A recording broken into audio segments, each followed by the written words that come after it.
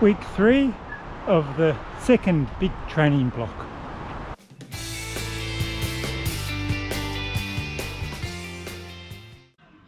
Monday, I repeated a track session from the month before. First attempt on suburban roads had gone very well, so I was really looking forward to see how much better I could do on an athletics track. It was very disappointing. For each effort, I've included the speed in minutes per kilometre, average heart rate and ground contact time. With the first session being on the road, the distances were measured in GPS, whereas on the athletics track I use the far more accurate markings. I've included the heart rate and ground contact time in the comparisons because they're not affected by any inaccuracies in the GPS. Question marks on the first 800 and 400 metre efforts because I messed up the splits on my watch. First fail for the week. Very easy to see that I was much slower. Heart rate was lower, ground contact time was longer. I felt really slow and sluggish and the splits reflected that. The last effort was by far the best. I think I was starting to loosen up, although it was still slower than my fastest 800 metre effort from the month before. Although it was interesting to see the ground contact time was the same for both of those particular efforts. Once I start picking up my feet, the speed seems to come back. Second failure for the week was on Tuesday. You'll notice that the intro was recorded on the trail. I recorded a lot that day. That was the only clip that was actually usable. The problem was user error. Wednesday morning, I picked up Elaine from hospital. Things should improve now. Easy aerobic run on Wednesday afternoon. What could go wrong? Fail number 3 for the week. Blood blister on the outside of my right big toe, due to pairing the wrong socks with new runners I just bought. I usually do my recordings during my recovery runs. On Thursday, suffering the blood blister, I wasn't really in the mood. Hence why this week's video is more of a retrospective view rather than the diary approach. Friday was a 5k tempo interval at the athletics track. Elaine came along to take some footage. Time for redemption for Monday's track session. Warm-up and drills went okay. Then failure number 4 for the week.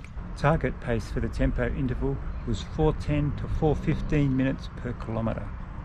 Actual splits, 3:58, 4 minutes flat, 4:09 and 4:10. There was no 5th kilometre. The session was supposed to be maintaining the level at high zone 4. That's around 160 beats per minute. Instead, went pretty much straight into zone 5 and more or less ruined the session. But the failures weren't over. My Garmin watch froze, so I missed the last part of the session. Luckily, it still kept the bit it had recorded. Friday's track session wasn't a complete loss. After reviewing the video footage, I did learn something. My run form is starting to get mechanical. I've lost the flow. You can hear a little bit of foot slapping, which typically doesn't happen when I'm running well.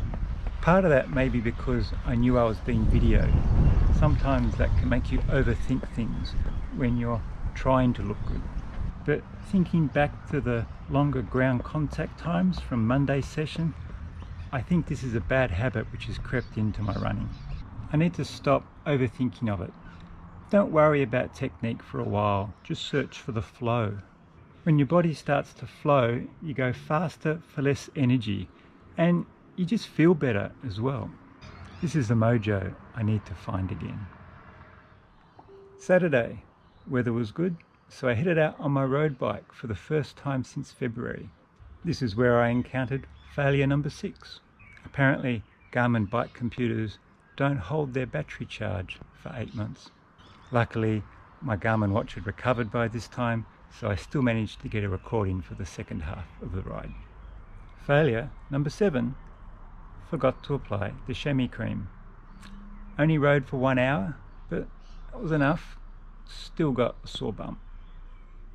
By Sunday, my blister had pretty much healed, which was lucky because Sunday was a 2-hour run. One of my rules for training is to try and start every session, regardless of how you feel.